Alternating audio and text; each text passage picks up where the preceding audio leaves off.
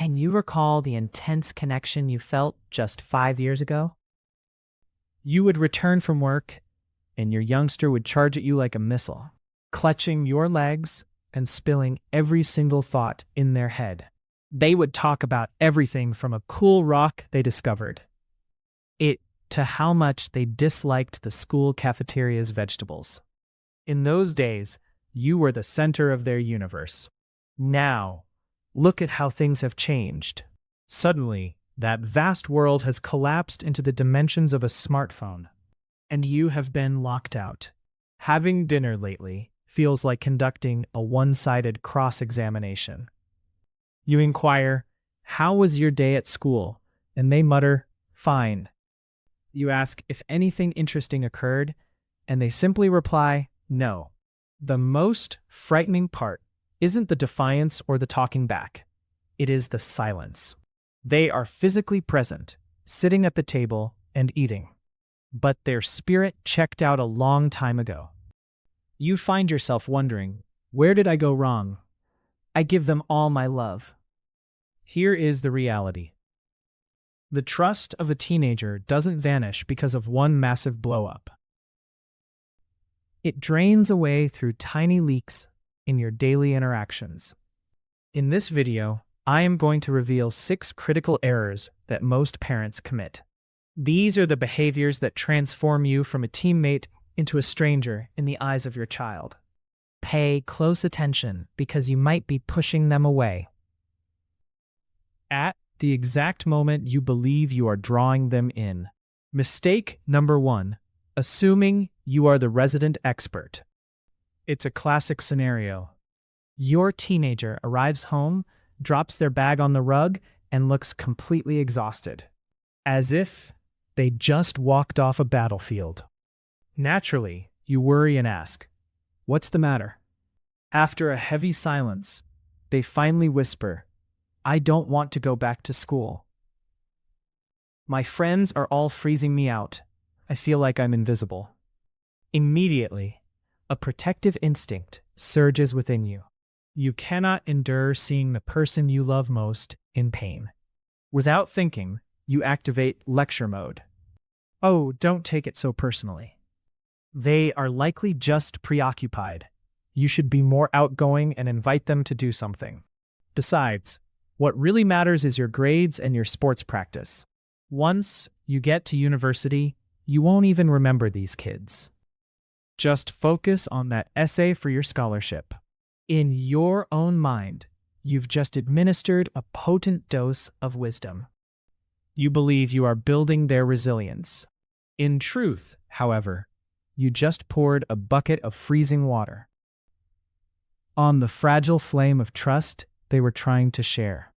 At 15, a child's brain is dominated by the emotional center. When they tell you they feel insignificant, that hurt feels like a massive catastrophe to them. And your fix? It sounds like a dry, robotic instruction manual for a household appliance. In that specific moment, your child doesn't see a hero coming to the rescue.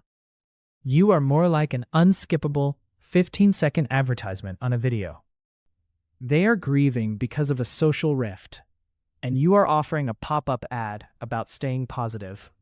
Believe me, the only thing they want to do is mute you so they can find some quiet.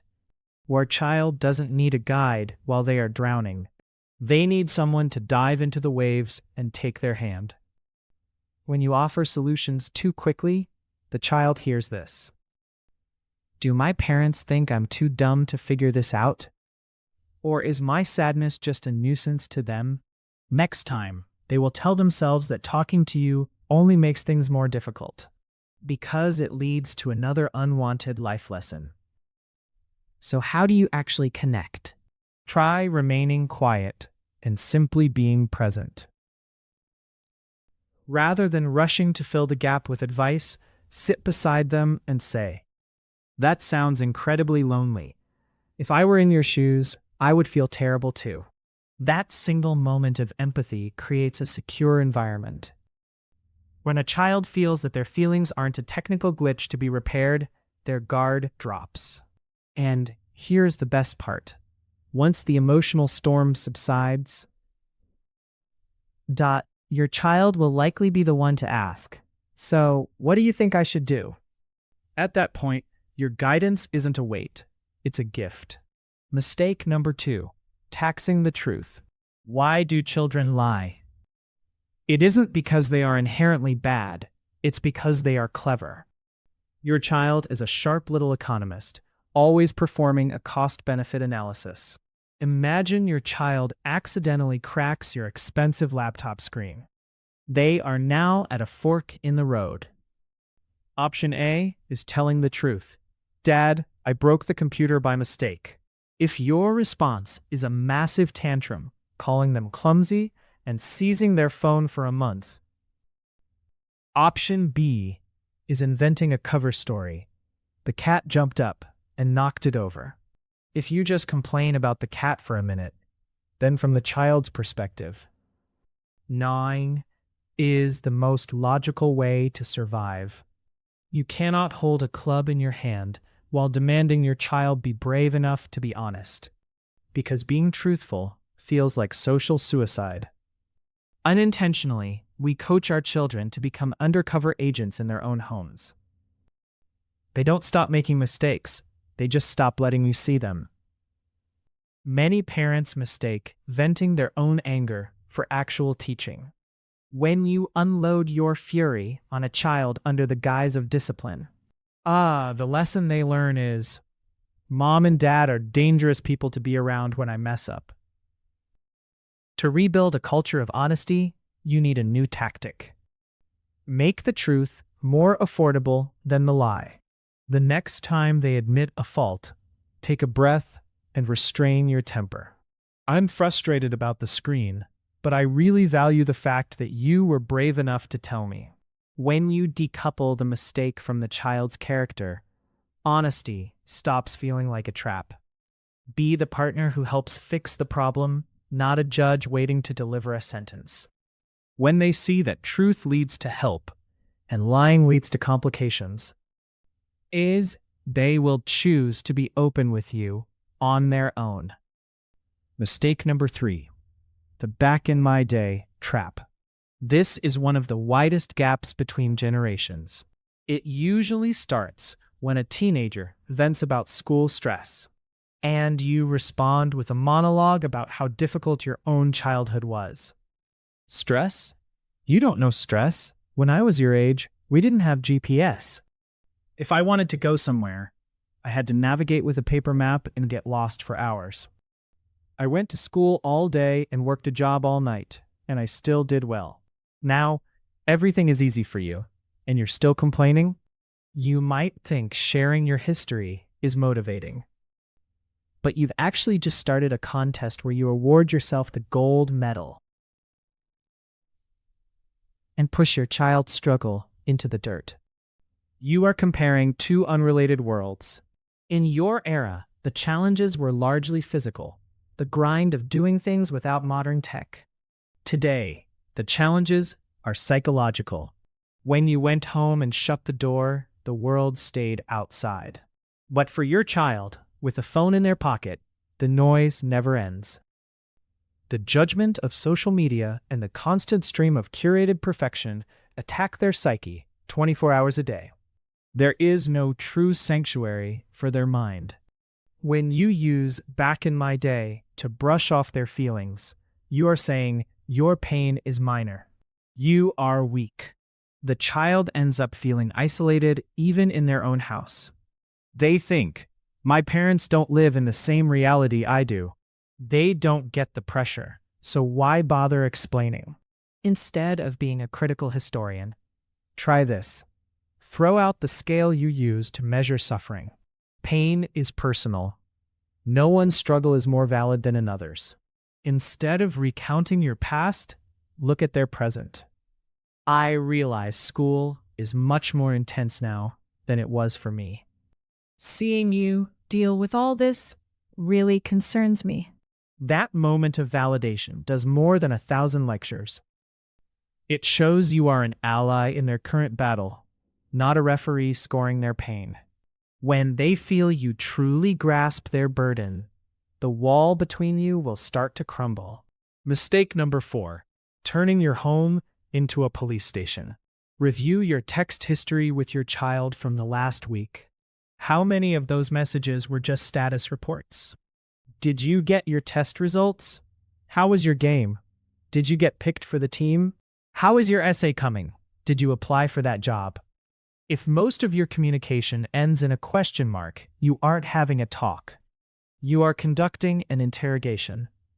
You care about grades, sports, and resumes. You monitor those stats like a trader watching the stock market. But you have overlooked the most vital metric, your child's emotional security. When your teenager walks through the door, they are looking for a safe harbor. After a day of fighting the world, instead, they encounter a border agent with a tax form. Report your earnings. What did you achieve today? Teens are incredibly sensitive to feeling controlled. When they sense you only care about the results and not the person, they go into lockdown. That is why you only get one-word answers. They don't want to share more because they know every detail will be used for judgment. You are like a radar looking for glitches, and nobody wants to be vulnerable with a radar. To fix this atmosphere, use the 80-20 rule. Devote 80% of your talk to casual, harmless topics. Tell them about something funny at your job, vent about the traffic, or discuss a show on television. Connect as two human beings, not as a supervisor and an employee. When they no longer see you as an auditor looking for mistakes, they will feel safe. Once that safety is there, they will naturally share the important things like grades or plans, without you having to drag it out of them. Mistake number 5, obsessive control. Many parents are driven by a deep fear. If I don't manage them, they will fail. So you interfere in everything, their hair, their clothes, which clubs they join. You think you are guiding them with your wisdom. But during the teenage years, there is a drive even more powerful than the need for safety. The need for identity. When you micromanage every aspect of their life, you send a damaging message. We don't trust your judgment or your taste. You are like a manager who hovers over an employee's shoulder. Eventually, that person either becomes helpless or quits. Teenagers quit by becoming silent or rebelling in secret. They will wear the clothes you hate the moment they are out of sight. They will see the friends you banned just to prove they can. The tighter you hold on, the more they struggle to get away. It is time to change your role. Move from being the CEO to being a senior consultant. Let them have the room to trip in low-stakes areas. Let them pick their own style or keep a messy room. Small mistakes now are like vaccines for the future. When you respect their independence, something unexpected happens. They don't move further away. They actually come back to ask for your opinion more often. Because your advice is now a choice, not a command. Mistake number 6. Breaking the family non-disclosure agreement. This is the most damaging error and the quickest way to kill trust for good. Imagine your child finds the courage to share a deep secret, like a crush. They specifically ask, "Please don't tell anyone." Then, at a family dinner, you bring it up as a funny story to entertain the relatives. You think it's just kid stuff and harmless fun. But for a teen, their dignity is everything. What you did feels like a total betrayal. You took their private world and used it as entertainment for adults. You think you only shared it with family, but to them, you just broadcasted their soul to the world. You broke the most important contract you have, and you taught them a painful lesson. Never trust your parents. Their door will close, and this time they will put an invisible lock on it. That you will never have the key to. To be a safe place for your child, You must treat their secrets like top secret intelligence. Keep your mouth shut, even with your spouse or relatives, unless you have permission. When they know you are a vault, a place where they can put their most vulnerable thoughts without fear of them leaking, they will give you the key to their heart. Trust takes years to build, but if you keep your word today, that door will slowly start to open again. Being a parent is the most difficult task on earth. We make these mistakes because we love our children so much and we fear for their future. But sometimes that fear creates a wall between us. Your child doesn't need a parent who is perfect. They want a parent who is safe. Safe to fail without being shamed. Safe to be sad without being compared to others. Safe to be open without their privacy being compromised. If you see yourself in these mistakes, don't be too hard on yourself. Trust is like a plant. If it is withered from too much control or criticism, you can begin to revive it with patience and respect, starting tonight. Don't knock on their door to ask questions. Knock to invite them into your life. Tell them, "I'm going for a drive. Want to come?" Or "There's a new movie on. Come watch it." Then leave it at that. No lessons, no pressure, just your quiet presence. That is how you start rebuilding the bridge.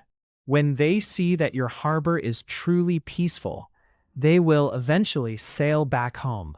Rebuilding a broken bridge with your teenager feels daunting, but it always starts with becoming their safe harbor. They do not require a flawless guide to navigate life, just a quiet shore where they are fully accepted. If your protective fears have accidentally pushed them away, please forgive yourself for simply trying your very best. You are allowed to release the heavy burden of control and trust that your gentle presence is entirely enough. What is one tiny shift you can make today to show your child they are safe with you? If this resonated with you, I invite you to leave a sentence about your journey in the comments below. May your steady love always be the peaceful light that guides them back home.